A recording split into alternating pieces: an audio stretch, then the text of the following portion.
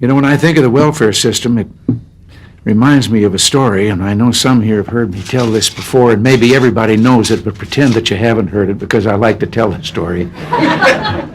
It's a story about the parent with the two children and two sons, and one of them was a dyed-in-the-wool pessimist, and the other one was an incurable optimist.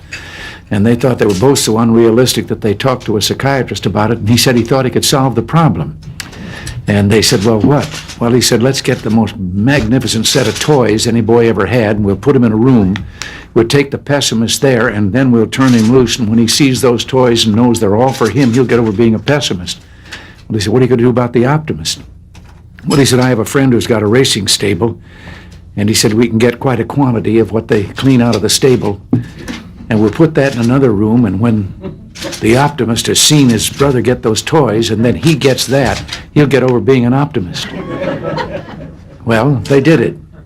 And finally, after a period, they then went in and followed in where the boy was with the toys, and he was sitting there crying, and they said, what are you crying about? He said, well, I know somebody's going to come and take these away from me. And they went down to the room with the optimist, and he was on that top of that pile of stuff, and he was throwing it over his shoulder as fast as he could. And they said, what are you doing? He says, there's got to be a pony in here somewhere.